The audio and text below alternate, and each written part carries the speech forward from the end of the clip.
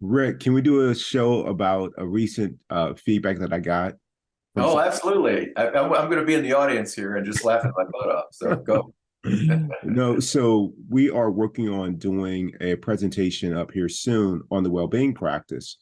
And so we were looking at some of the research results that we got back from people, and overwhelmingly, people have found benefit from it. It's shown positive effects in terms of supporting well-being. And one of the feedbacks we got was because it's not all good. Some people have a different like take or impression of it. And one said that they were tired of hearing about programs that about resiliency and just sucking you up and pushing through. And I was like, so that's the title of this podcast. This is not about being resilient. It's simply being wise. And I didn't do it from a place that I was defensive. I just got that wasn't the practice at all. That's exactly what the practice was. The practice was about being vulnerable, being open, being aware of your lower self getting in the way of you having a completely different life experience. It was about working on yourself. And that's what the practice is about. It's about being aware of your inability to practice acceptance and compassion and gratitude and all those things in the face of however life and people show up, using everything that shows up in life as an opportunity to work on yourself. So anyway, this person said that, and so I just remember thinking that the things that we talk about, Rick, are not about ignoring the problem or the situation that's in front of you. We just, I mean, we encourage you to see if you're even seeing the situation objectively. Because for me, I saw it, a lot of the situations that I was dealing with as I thought I was looking at it in a realistic way. But really what I was looking at it was through the lens of my ego, through the lens of my lower self.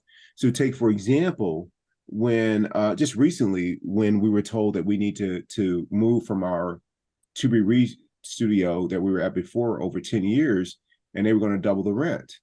I could have been like, oh my God, this is so unfair. This is the problem. What am I going to do? That had nothing but suffering written all over it.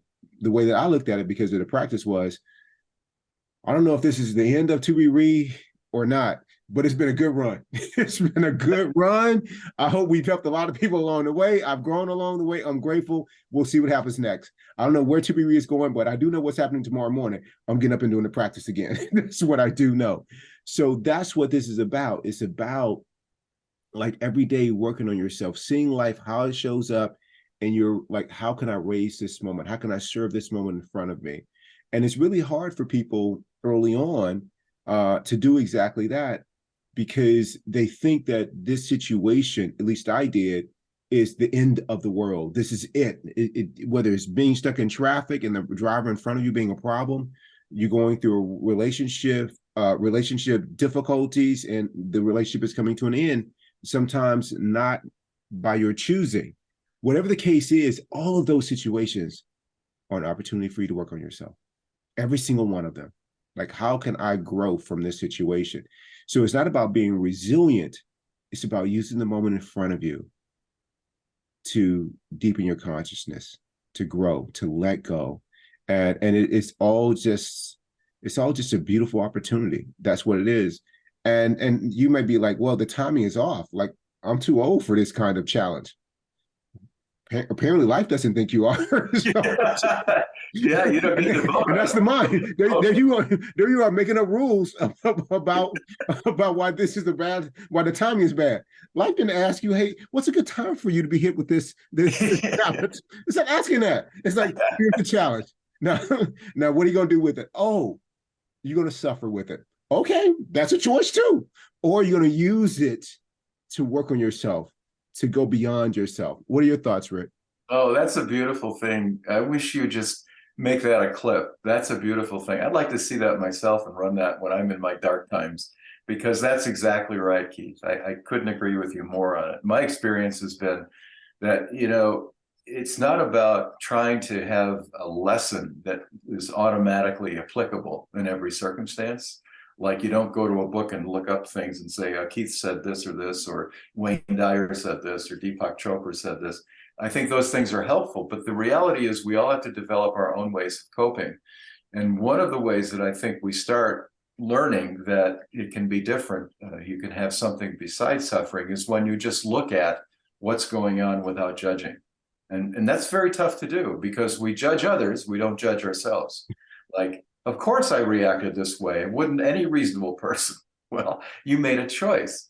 Now, if you look at this from the 10,000 foot view, just and without you labeling yourself as you as the actor in this little thing that caused the problem, what would that look like?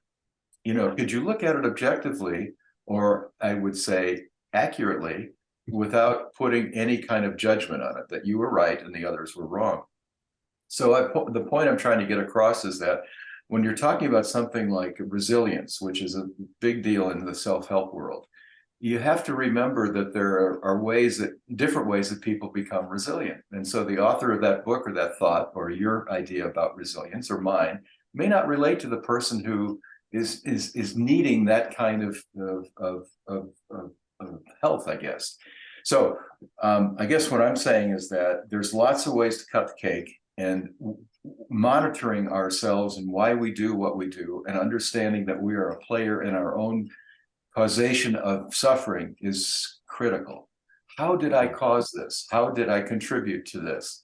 How did my narrative about who I am and who others are cause me to look at it in a certain way? And then if you can step back and look at it and say, there's another way of handling this. I didn't have to respond when there was an insult to me, or somebody flipped me off in traffic. I didn't have to zoom in front of him and cut him off because I want to make a statement about how important I am and you can't screw with me.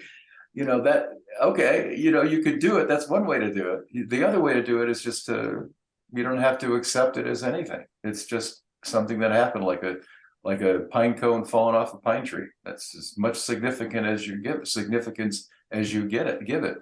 So when you're talking about a need to be resilient, the person, I think in my case, I would first think, I'm defeated. And maybe I'd allow myself to experience defeat. Maybe I'd do 2 days worth of defeat.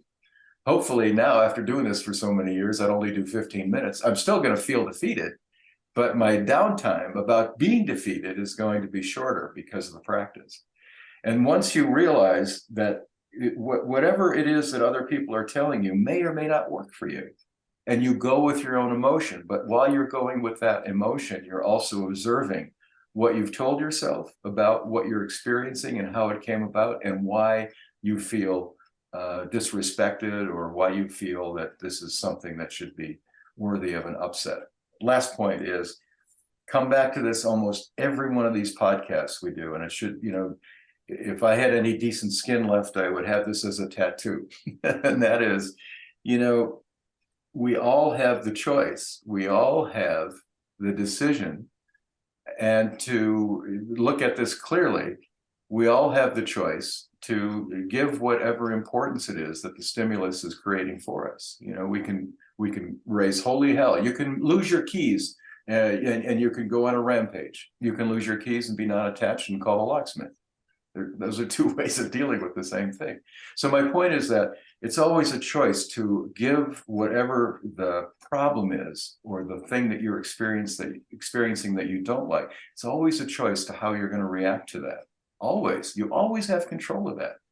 People don't think that. They think the stimulus is so strong, I must react this way. I mean, you don't consciously think that, but that's the mechanism.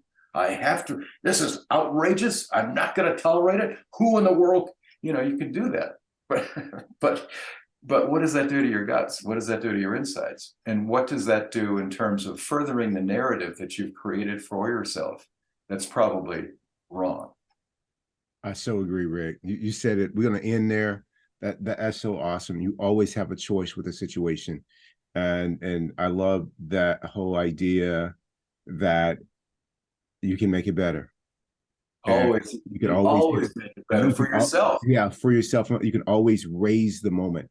Not make it better by getting what you want, but almost in an absolute way. How do I raise this moment? How do I make this beautiful? How do I do that?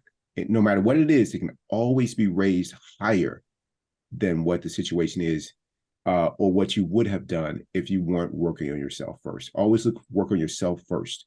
Rick, thank you for a great show. I love you. I love you, Keith. Thanks for having me today. Adios. Absolutely.